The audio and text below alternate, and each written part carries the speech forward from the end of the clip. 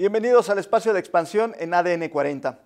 2018, como muchos otros, ha sido un año lleno de acontecimientos económicos, políticos y sociales que hemos llevado a ti a través de la multiplataforma de expansión. Un año que entra en la historia de expansión por su debut en televisión abierta a través de esta señal, ADN 40. Y el próximo año que cumpliremos 50 años de vida editorial. La renegociación del Tratado de Libre Comercio de América del Norte y las elecciones más grandes de la historia de México fueron solo dos de los acontecimientos que marcaron la vida de este país. Con el inicio del primer gobierno de izquierda y las esperanzas y dudas que esto genera, es que te presentamos una selección de las entrevistas que realizamos en este primer año de expansión en ADN 40. Iniciamos. El 14 de mayo, Expansión comenzó este nuevo espacio en televisión, con la presencia del entonces secretario de Hacienda, José Antonio González Anaya, quien aseguró que la administración de Enrique Peña Nieto dejaba a la economía mexicana fuerte y con finanzas públicas sanas de cara a la elección presidencial.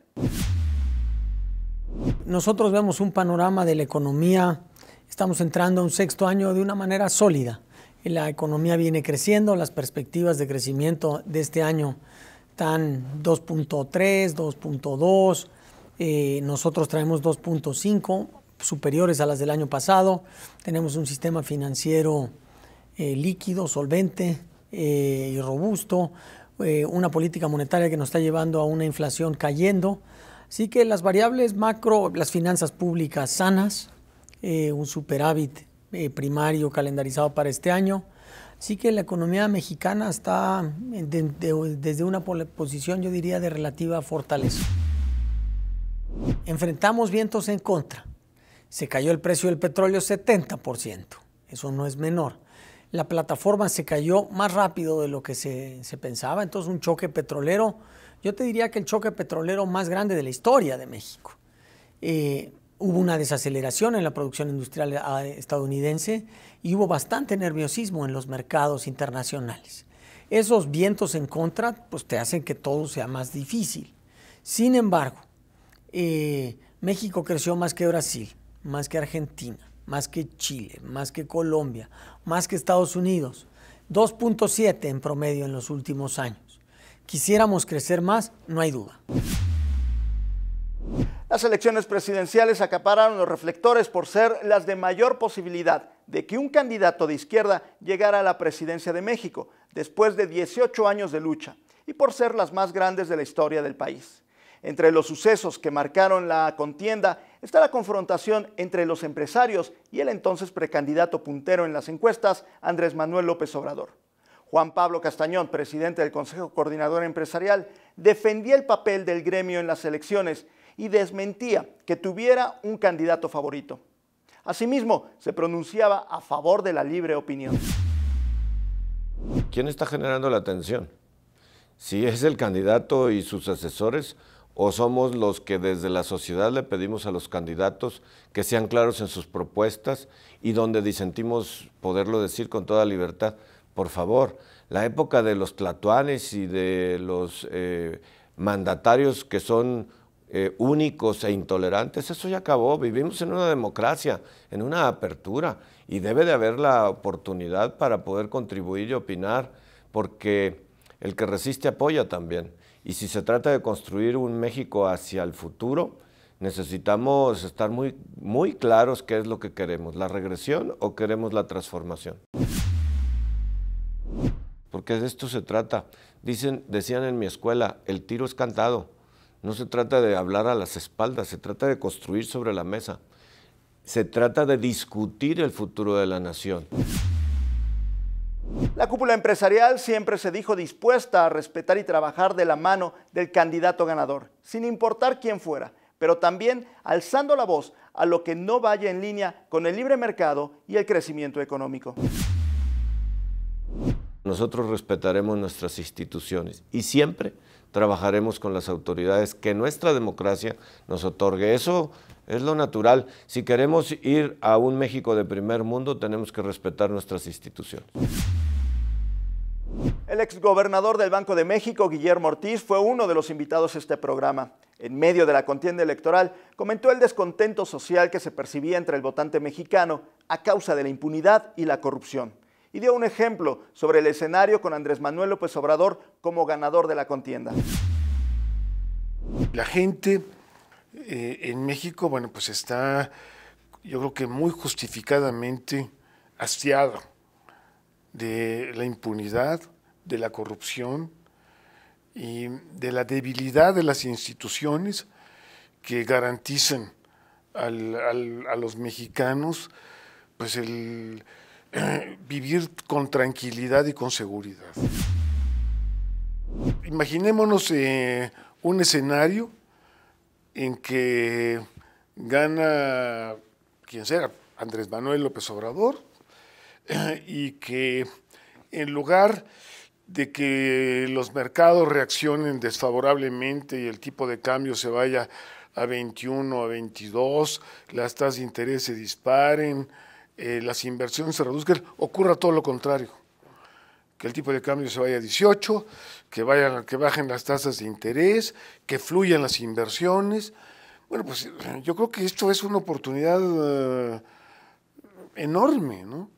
Y esto no significa para ninguno de los candidatos, para Andrés Manuel, pues no significa echarse para atrás en ninguna de sus propuestas.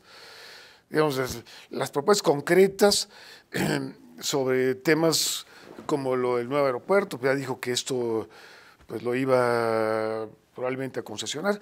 Yo creo que habrá que hacerlo cuando ya esté produciendo, pero ese es otro tema.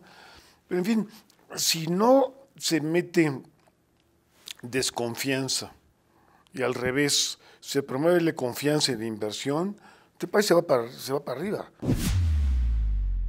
Una de las organizaciones que tuvo una gran actividad este 2018 fue la Comisión Federal de Competencia Económica, quien presentó el proyecto Competencia Económica, Plataforma para el Crecimiento, dirigido a los partidos políticos y a los candidatos a la presidencia. La presidenta de este organismo, Alejandra Palacios, quien estará al frente del organismo hasta el 2021, nos habló de la importancia de mejorar el desarrollo económico a través de la competencia. El tema de la competencia económica no es un tema de derechas o izquierdas y no es un tema de neoliberales y proteccionistas. Es un tema, diría yo, sin ideología, porque mira, lo que queremos todos como sociedad, yo creo, es erradicar privilegios. Y una manera de erradicar los privilegios económicos es que haya competencia en los mercados y que no los mercados, por barreras, regulaciones, prácticas anticompetitivas, favorezcan a unos y hagan a unos ricos en detrimento de la mayoría. Luego, además, si a ti lo que te gusta es el mercado, pues entonces naturalmente tendrías que estar a favor de la competencia. Justamente la idea es que no se necesita reformar todo para lograr cosas. Mucho tiene que ver, y sobre todo cuando uno está comprometido con la competencia, con iniciativas, con acciones, con mandatos. Y entonces, en ese sentido, muchas de las acciones que proponemos son decretos. Es decir, que desde arriba, desde el presidente, un decreto presidencial ¿para qué? Para que se inhabilite a quienes roban, digamos, en el caso de las contrataciones públicas, cuando en vez de ofrecerle las mejores condiciones al Estado, se ponen de acuerdo con sus competidores para generar sobreprecios y dañar el erario público. Luego, por ejemplo, muchísimas barreras estatales hacen que no se pueda desarrollar la infraestructura necesaria para que en ciertos sectores haya competencia.